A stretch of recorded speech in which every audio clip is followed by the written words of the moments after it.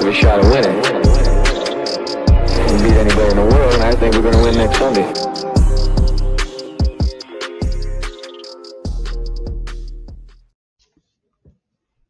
Welcome back to the New York Jets Atlantic Flight Podcast post-London game. We've got a few dudes with sore throats probably as well. I'll probably sound a little bit different because my voice still isn't up to scratch. We had to delay the podcast yesterday, otherwise you would have heard this. Because we all had sore throats. Ryan, Timmy and Paddy are with us today, and we're going to be discussing the fallout from the London games. There are negatives, and we could sit here, as we always say, we could just sit here and talk about all the negatives of the game. But as you know, if you listen to us, we will always try and find the positives in it. We are likely going to do a podcast on the state of the Jets, so don't think we're skirting over these issues, because we're not. But we want to talk about the experience of London and the game itself. And to kick this off, as usual, Timmy's got the synopsis of the game. Hi, Timmy. Do you want to start us off with this synopsis? So, Gus, I'm going to do this a little bit differently to usual. Usually I go, through every single drive, but there was 24 drives in this game and only 7 of them were scoring drives. So we won't bore the listeners with fumble,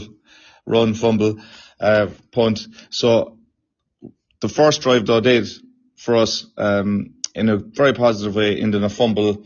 On the second play of the game, J.K. Dobbins ran the ball and Jermaine Johnson, immediate impact, managed to tackle him, and the ball was fumbled, and we had a short field, which was at the Denver 25, which was absolutely fantastic start to the game for us.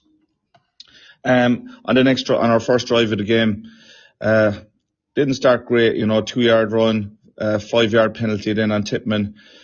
We talked about the penalties, I suppose, pre-game. Only 2 penalties in this game, which is a massive improvement for us.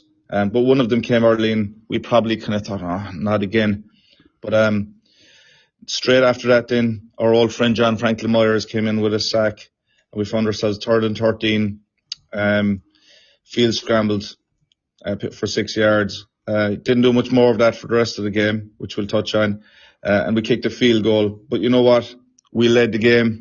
It's been a while since we led a game, so we were, feeling positive enough to have a 3-point lead, especially considering how good this Broncos defense is. So the Broncos got the ball. They went on a 9-play drive, mostly passing. They had a penalty of their own, but it was all passing really, except for one run, I think, which resulted in a field goal as well. So credit to our defense. They kept it to 3 points. And just to say, I suppose most of the scoring happened in the first quarter, right? Then the Jets got the ball, went down the field, kicked their own field goal again. Didn't pick up much yardage, but managed to score a field goal for 41 yards from Nick Folk. Ball back to the Broncos, 12-play run, down the field, 79 yards, which finished in a touchdown. I suppose this was the worst drive of the day for our defense. Won't kind of go too far into that. We're going to go through the good and the bad of each unit later on. But just to say, finished the quarter down 10-6. So most of the scoring was done in the first quarter. The second quarter was poor from both teams, to be honest. 4 punts, and we closed out the half in a very poor fashion. We don't know what we were trying to be doing. We were very excited to see us, take a chance and do a fake punt to be aggressive and hopefully score and close out the half at 10-9. But for some reason we ran out the clock at the end, and we'll probably touch on that either later in the podcast or when we're talking about the state of the Jets, because it was brutal from our coaching staff, to be honest. Into the third quarter, we got the ball first and managed to score a field goal, which was great. 37-yard drive. One of the better drives, I suppose, from our offense in the game. Still only a field goal, but, picked up 37 yards, mostly running the ball. A few incomplete passes at the end, which is why it ended up in a field goal. Ball back to the Broncos, punt, Jets punt, and then, and we'll talk about this in the special teams piece later, the Jets manage a safety, some real impactful play from some of our special teams unit, kept it nice and short. Nwangu and Arian Smith were around the ball, and basically the ball was picked up by the Broncos very short, 3 yards from the line. So basically, safety happened then, which was called by one of our co-hosts, called it happening. So congratulations to Ryan, live called there was going to be a safety. 2 punts then to close out the quarter and into the fourth quarter. Punt, field goal for the Broncos to bring it to 13-11. Punt. Jets get the ball, have an opportunity to drive down the field. Unfortunately, didn't end well. We get to 4th and 8, which is something that we've basically not been able to achieve all game. And unfortunately, we turned the ball over. Would have been a 62-yard kick for us to win the game had we done it. We know that folks' career best is 58 yards. But I think, given the new situation with the balls where they're able to hold the ball for a few days beforehand, they get them into the, best possible way for kicking. Everybody's kicking longer field goals this year. You'd like to see us take the chance, especially given that we haven't been throwing the ball at all. Minus 10 yards net throwing in the game. Give the ball to Justin Fields and expect him to do anything was very poor decision making. And that was the end of the game. Oh my God. Yeah, I think you highlighted the mistakes that was happening throughout the game. We were watching sometimes in just pure disbelief. I think sometimes as well, when you're watching live and you haven't got the comms team going on and you haven't got a full view of what's going on, sometimes it gets a little bit lost in translation of what is actually happening. But then after the game, you actually realise what had happened. For example, you mentioned the fake punt there. The fake punt was, we had the entire offensive line on. We had Breece Hall on, none of which have ever been used in the punt team before. So, yeah, Denver were really not buying that. So there was just so much in this game to take away. As you said, we'll highlight this another time. But there were positives as well. JJ coming back was an absolute godsend. Talk about this, Ryan. Talk about the D. What happened on the D? What was good to see about the D? Because they haven't been good. Let's be honest. They haven't been good, and it's been the other way around. The offense has been doing well, and the defense hasn't. And the tables kind of turned this weekend, didn't they? This is about as positive as we can or have been able to talk about the defense this season, isn't it? And really having Jermaine Johnson back elevated everybody, I think. I mean, there's a few guys I think that really stepped up. Jermaine Johnson, his stat line doesn't necessarily reflect his impact, and I think his PFF score was quite low as well. Timmy will be able to jump in with that in a minute, but he had 5 tackles, 4 of those being solo tackles, 1 sack and 1 tackle for loss. But his impact was felt way beyond that stat line. It was the additional, Will McDonald only recorded, I think, 2 tackles, but actually, because they are having to look after both edges, and then even Michael Clemens being able to jump in and do some bits as well, it took the pressure off of everybody that was in that setup, and I think it just meant everybody played better. So, I mean, Jermaine, I said it last week, I said it before, I'm not worried about his injury history. Get the contract out, get him to sign it now. We're going to be on the hook for a much bigger contract if we don't do it this early. The difference of this defense with him in it is incredible. It is like night and day.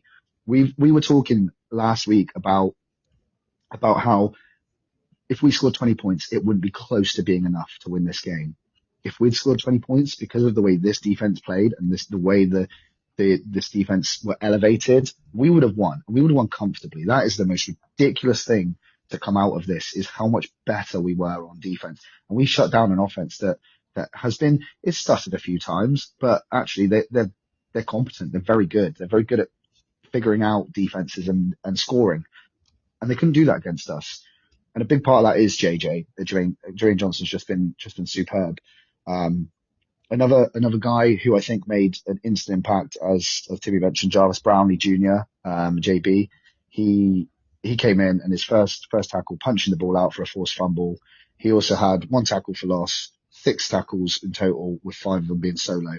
His energy, his aggression, He wants to hit people, doesn't he? And again, another guy whose stat line probably doesn't reflect his impact either. And I'm really excited to see actually how he grows. I think his attitude is exactly what we need in this dressing room. And I'm really happy we've got him, and especially the price we got him for as well, to be brutally frank. Another very new guy to the league that I think that has seen 2 weeks of improvement, considering that probably pre-season and maybe training camp, I was a bit at sea with the decision. And I know that, some of the other guys on Twitter have kind of said this was a waste of a 5th round pick, but Kiko Mauigoa, this guy's getting better each week. 8 total tackles, 2 of them solo. This guy is the second man in on almost every tackle there is. Like, him and Sherwood, they cover that ground really well. But the way Kiko runs downhill and his pursuit angles are so good. He's block shedding as well. If you want to see how good some of his block shedding is, go and see Joe Blewett's videos on Twitter as well, because it's really great to see it in slowed down on the all 22 kind of tape. And again, Sherwood is another bright spot. He's got his issues in coverage, but 13 tackles, 6 of those being solo, and one pass deflection. Just, he's not lived up to the billing of the contract so far this year, but he is still doing a lot of the dirty work. And what can you say? He's still there making tackles and leading the team on tackles.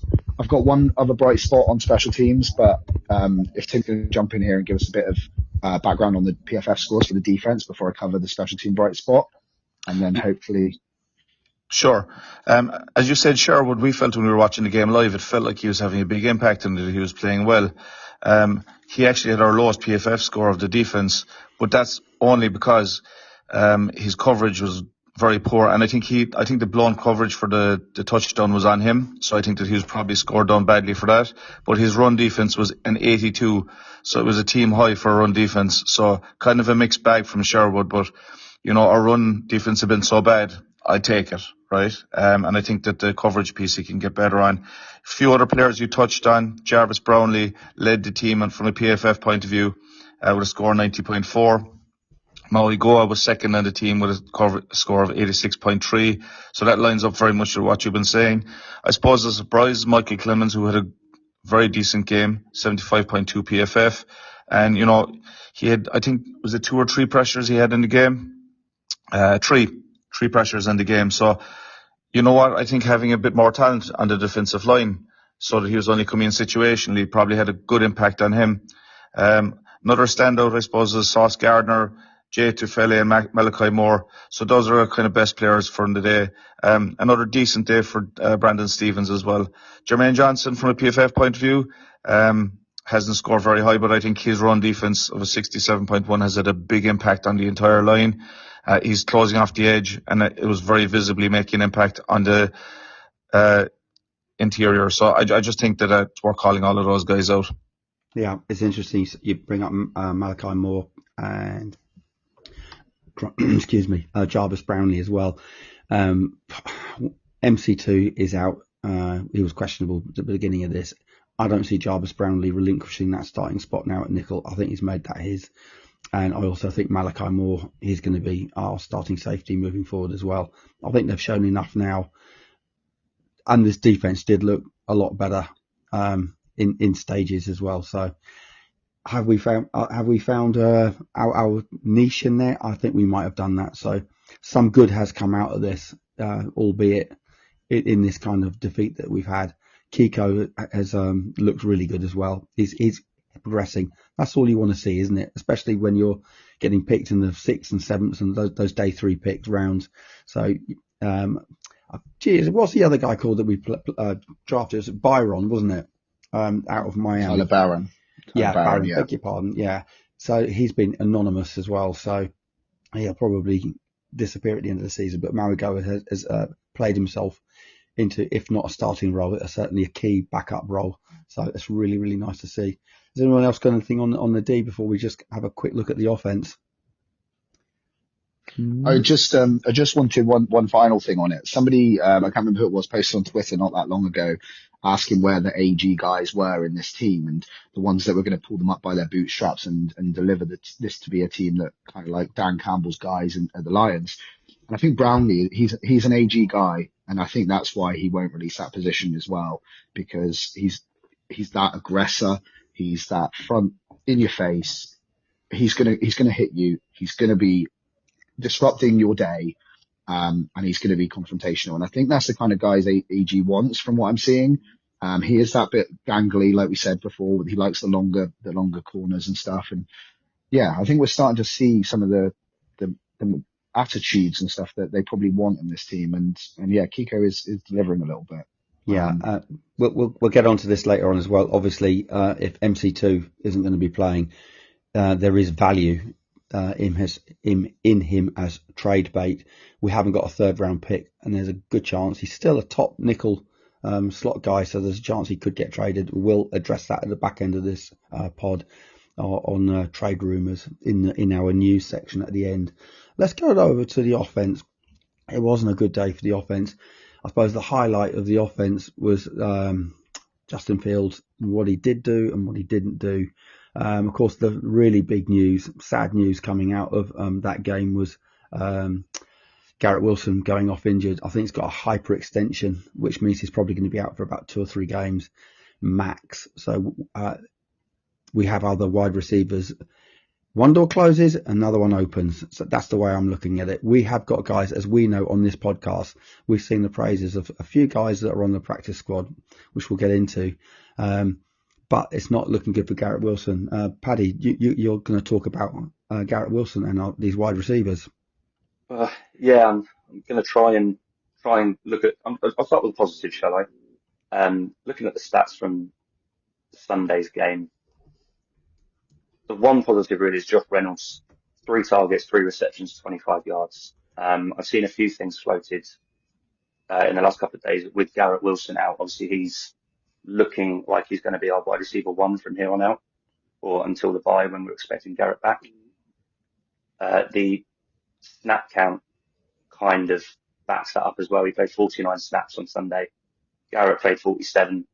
Nobody played more than 40, and Tyler Johnson only had 11. So unless we're expecting Alan Lazard back and Alan Lazard to make a big impact, we kind of look like we're relying on Josh Reynolds and Arian Smith. Although Arian Smith only had 1 target, it doesn't really seem like we're getting much from him. The Garrett Wilson injury concerns me a lot, but without looking too far forwards, it's hard to see positives with the receivers. We've all seen the way Justin Fields was playing, 9 completions on 16 targets, holding the ball for far too long. I kept saying to you guys that it reminded me of watching Zach Wilson when he would start to panic, scramble, run around, get sacks. Mason Taylor, ineffective at the weekend, 1 target or one reception for 2 yards. While you guys have been talking, I've been trying to find anything positive to say, and I am struggling. If any of you guys have got anything you want to say, please chime in. Yeah, I'll take the stats from the weekend are really poor. Yeah, I was really trying to find anything for the receivers, but in terms of even our season-long stats, Garrett Wilson's got 395 yards. None of our receivers have got more than 100. Yeah, if any of you have got anything to add, please. Yeah, I was going to say a lot of the problem, and understand your frustration. Justin Fields, he had 9 of 17 attempts, 45 years, 45 attempts, but 45 yards. God, I'm getting all confused now. 2.6 average. This is the most telling stat. This is why we haven't got anything too positive to say about the receivers, whoever they were, running backs, tight ends, wide receivers, whoever. 9 sacks for 55 yards. You just cannot do that. He finished, his QBR rating was 9, which is awful in relation to Bo Nix's 37.2, which is still not good. Overall rating of 58.7 against Bo Nix of 90.1. You should be hitting the very, very late 80s at least. So it was an awful, awful day. all over social media. There's stuff going on at the moment. The reasons why he's hanging on to the ball too long. We can debate this all day, but it's not looked good. Josh Reynolds, he did have 3 receptions for 25 yards.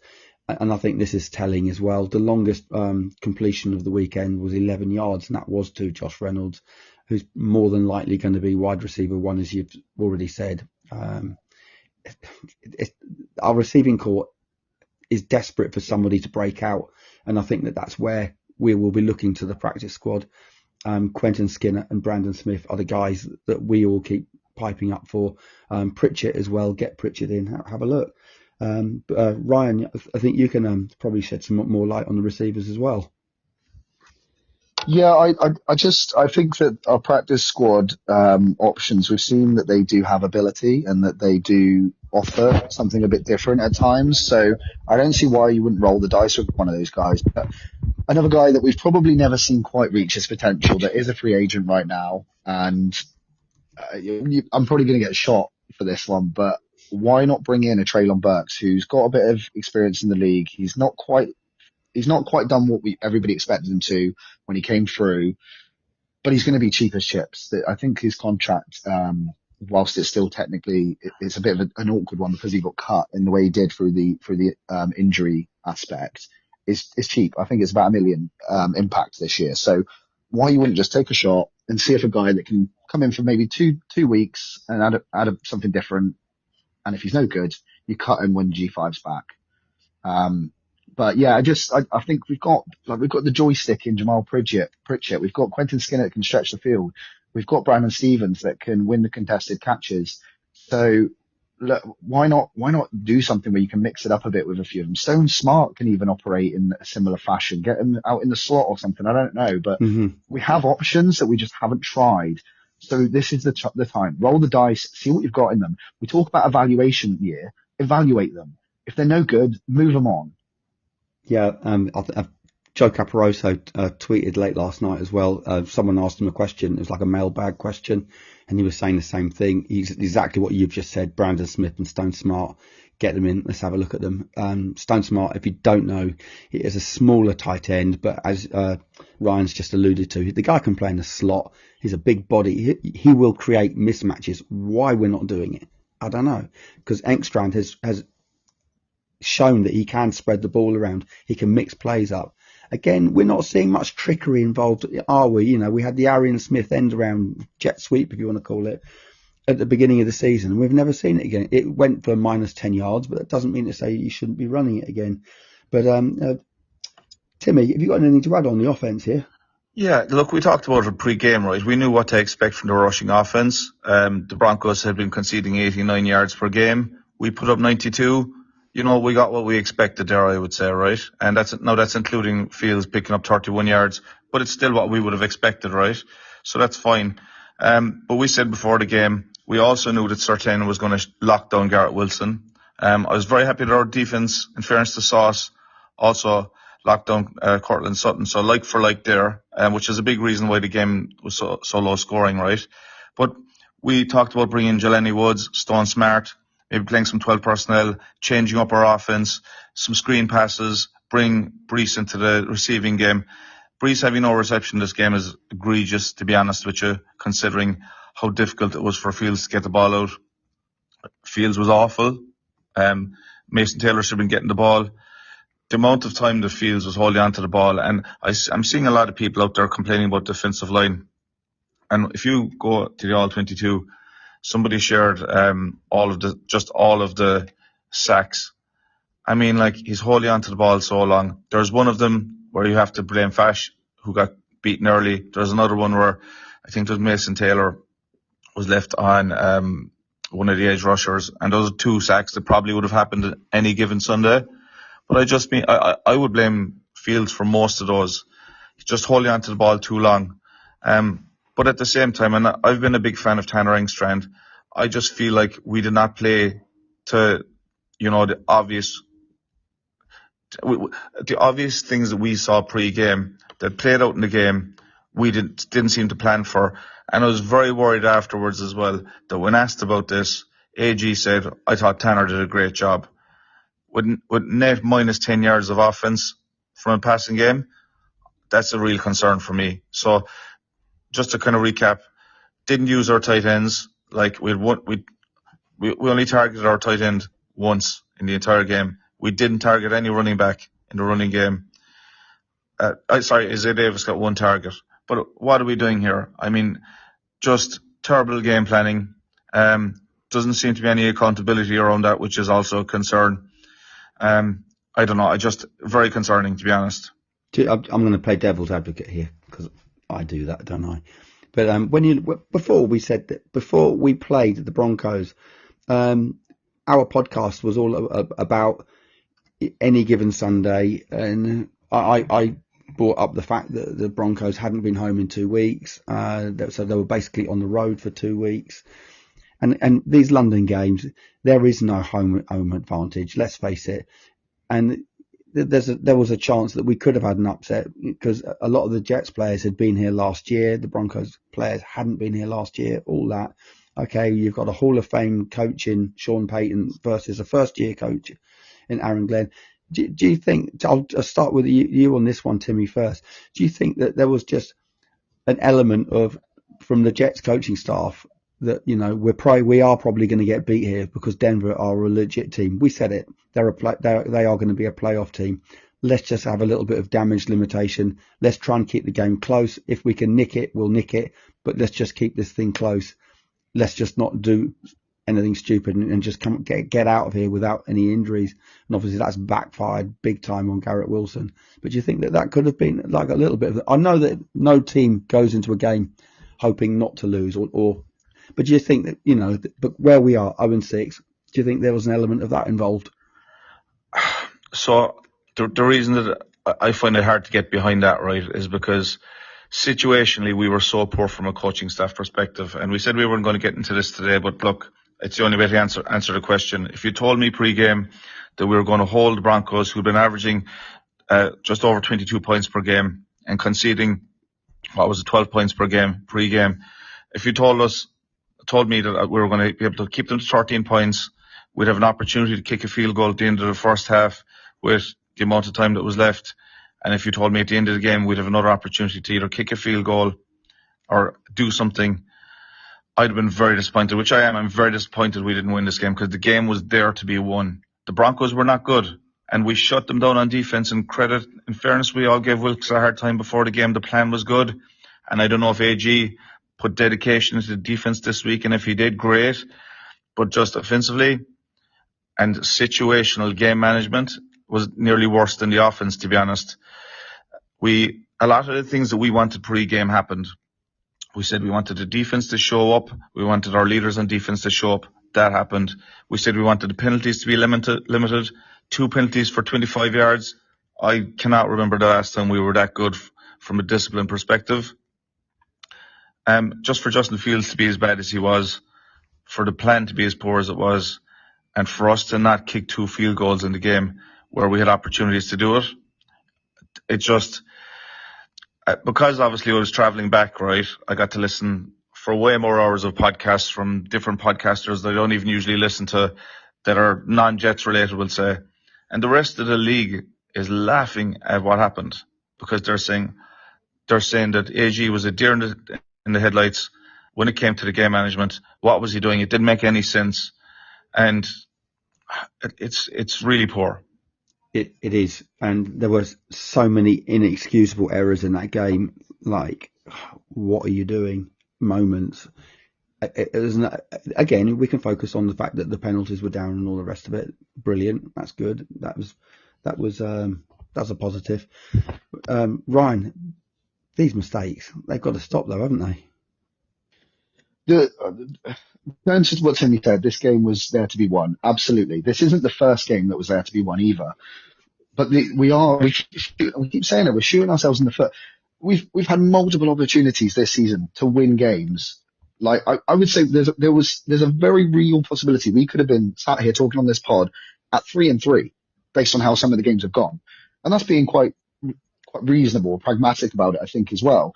This was a game where statistically we were the best we've been all season on defense. Statistically, we were probably the best we've been all season on special teams in terms of returns, lack of fumbles, in terms of punting yards, the downing within the 5, and all these things were nailed on to a T. We delivered in those areas that we needed to deliver, except for the offense.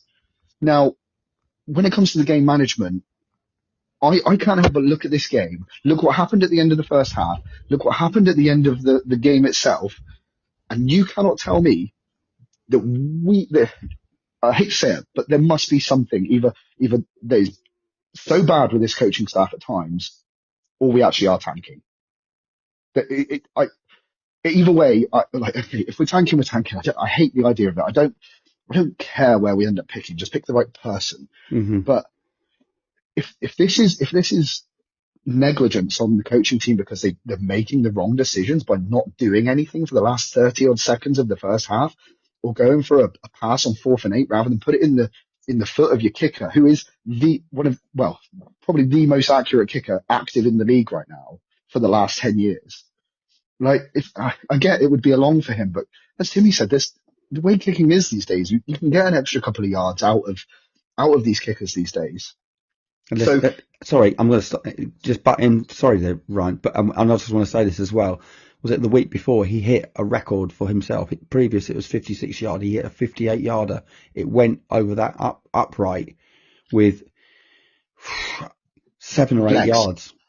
Yeah, feet. Beg your pardon, 7 or 8 feet. So he could have made it. As far as I'm concerned, you have to have in that situation, based on how Justin Fields performed throughout the rest of that game, in a 4th and 8 situation, you trust Nick Folk. You do not trust Justin Fields there. So in my opinion, we played to lose that game by the end of that. And there's no sugarcoating it, because if we didn't, then there's a serious shortcoming on this coaching staff there. There is. And Aaron Glenn, he's just beginning of this year, he signed a 5-year contract. So the chances of Aaron Glenn leaving, getting fired, they're next to slim. Woody doesn't do that. Woody is renowned for giving coaches the time to turn things around. Good thing, bad thing, you can make your own mind up about that. Personally, I think it's a good thing when you give someone time, unless they're obviously Adam Gase, in which case we knew how bad he was. But when you're looking at Adam Gase and you're now looking, and I'm an Aaron Glenn guy, when you're looking at Aaron Glenn and you're looking at Adam Gase, you're thinking there's not much in it. Paddy, the situation right now, what's your opinion on this?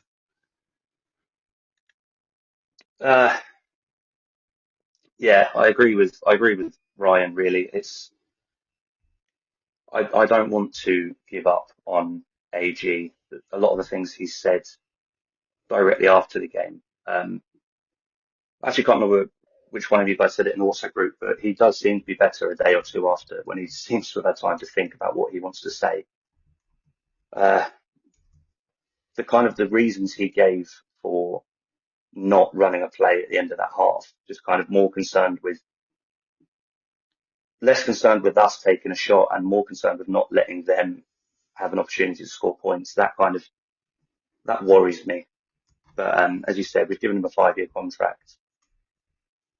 I can't see us making a change this year. I don't necessarily think, the amount of money that we're going to, I don't know the numbers off the top of my head, but the amount of money we would have offered him for 5 years, Woody's not going to want to pay that to somebody who's not working for him, not for another 4 years. We've already started looking ahead to next year, which none of us want to do. None of us want to believe we're in a tank. I don't think we're doing anything intentionally. Short answer is I'm concerned with where we're going. To be honest as well, right, just to say, I mean, everyone's talking about replicating the Lions. The Lions are really brave. They go for it on 4th down. They take the shots. They believe in their guys. Now, what doesn't make sense to me, right, he didn't believe, right, he doesn't believe in Justin Fields in one instance, but then he gives him the ball at the very end of the game. How does that make sense? So it's as if you realised he made a mistake at the end of the first half. So then he gave him the ball at the end of the game. It's like, and if you look at him visibly when all that was going on, when you look at the game back, he looked like a deer in the headlights. he looked lost. And like, that's very concerning. We were standing there at the game, and like, we haven't grown up with the game the way he has, you know?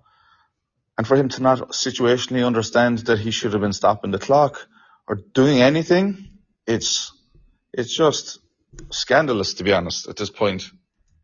Sorry, Yeah. I just want to add one more thing in. Sorry, because obviously a lot of the conversation has been around Steve Wilkes and what he's doing for the defense. I was under the impression that Steve Wilkes would have been brought in to coach Aaron Glenn through this stuff as a former head coach himself. I thought that's why, as a first-time head coach, you bring somebody in who's done the job before to kind of give you these insights into when you should be doing this and when you should be trying to do that, and using your own experience, obviously with Dan Campbell. But we haven't seen anything yet, and I think that's the most worrying thing for me as a whole for this coaching staff. Yeah, we're going to wrap this up in a minute. I just want to finish on a little bit of news. We'll start with the sad news. Nick Mangold was diagnosed yesterday. He came onto social media saying that he needed a kidney transplant. So the man's ill. He needs a kidney. Hopefully, he finds a transplant and he gets well from that. So we wish Nick Mangold, I'm sure, definitely on this podcast, and I'm sure all the UK Jets fans wish Nick Mangold, who is a massive, massive part of our community over here, very, very well, and we wish him a speedy recovery. Hopefully he gets that sorted out soon. There's also a few little trade rumours buzzing around. Unbelievably, JJ is being linked with a trade. I can't see that happening.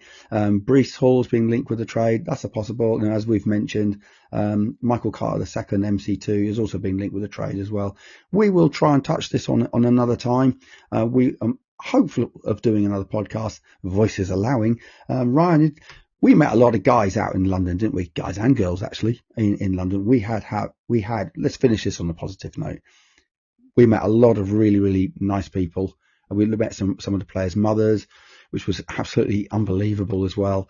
But just want to give a shout out, Ron. Yeah, I think it was incredible. Like being part of this community, I put it on a post on Twitter and on Instagram, and we endure a lot of misery with this Jets team, but the fan base really showed this weekend why we do it. We do it for each other. We're brothers and sisters in arms, and meeting the likes of Spencer and his wife Jenny, and meeting Joe and Will and Paul from Badlands, and going beyond that to pretty much every fan that we interacted with was just so positive. The vibes were incredible, and I said it over and over across the weekend. The vibes amongst the community and the fan base were not that of a team that were 0-5, and this Jets team right now doesn't deserve this fan base. But honestly, the work from the UK and Ireland Jets fan group and everybody that contributed to this weekend, I think I speak for all of us when I just say thank you for making this an incredible weekend despite what we saw on the field. Yeah, Timmy. Well said, Ryan. Claudio from Gotham City Crew as well. We met loads of brilliant American fans, a few Scottish fans, people, Wales, you name it, right? From everywhere. And everybody treated us so well, was so hospitable to us, gave us a load of support for the podcast as well. And anybody who did listen back and gave us feedback over the weekend, we really appreciate all of you as well. So thanks to Olivia and UK and Ireland Jets who went above and beyond with creating a bit of merch for us, putting our QR code around the Victoria pub and the other events. And like, we're just so thankful to everybody who has shown us support over the last week and before that. And it was really humbling for us, I think. Yeah, I want to shout out my old friend. We keep meeting up every single time we go to London. My old mate Gareth Cooper. So nice to see you there again, brother. Also, my Scouse friends, you know who you are. Craig and Craig's dad, and all the way over from America with his wife Johnny Jets. I know that you listen as well. There's so many people. Matthew from Spain, Matthew Paulson. There's just so many people we met. Paul Gilgannon from Badlands as well. He was there as well. And as Ryan has said and Timmy has said, UK and Ireland, what they've put on for us. Not just us UK fans, but all the American fans that have come over as well. And there were teams represented in our tailgate as well from other fan bases. Tremendous effort. They've made a lot of money for charity. Don't know the details of how much it is yet, but I'm sure it'll be a good, generous amount. just happy to be a part of this group, happy to be part of this community. And despite the loss, we all had an amazing time. If you've never been to a London game, get yourself to a London game. And especially if you're a Jets fan listening to this, because I know we made some Denver Broncos fans in the stands as well that said you're going to listen. By the way, you guys are class acts. Lovely to meet you. Get yourself to a London game. Immerse yourself in the atmosphere. It's a lot of fun. Gentlemen, we're going to wrap this up. We shall be back tomorrow. Ryan. Sorry, is Ryan, you got something else that you want to go to? Yeah, I almost missed a couple of awesome guys. So the Friday night we got to meet. I've got to remember the names now. We got Marco Balbuena, Danny. I don't remember Danny's surname. Richie. And then there was the US Army guys we met who were awesome too. Oh yeah. But Bobby and Brian and Copeland that we met on the Friday, we then hung out with them on the Saturday watching college football too. As Timmy alluded to, the Scottish guys, the Clarks, class acts too. Just great. Thanks for listening as well, guys. I know that a lot of them jumped straight in and started listening after we spoke to them. Oh yeah, and Jeff Fernandez from marketing from the Jets. I think Timmy's made a friend there. They were having a good old conversation and buying each other Beamish and Murphy's or whatever it was. But yeah, what a great night that was. Guys, anyone's got anything before we wrap this up? We're done. It's a wrap. We'll be back. We're going to be doing a preview hopefully tomorrow for the Panthers game. This week has just absolutely gone so quickly already. The Panthers game, is this something that we can win? Who knows? But let's find out. We'll have a look at all that tomorrow. And thanks for listening. And as always, go Jets. Y'all know what to say. On 3. 1, 2, 3.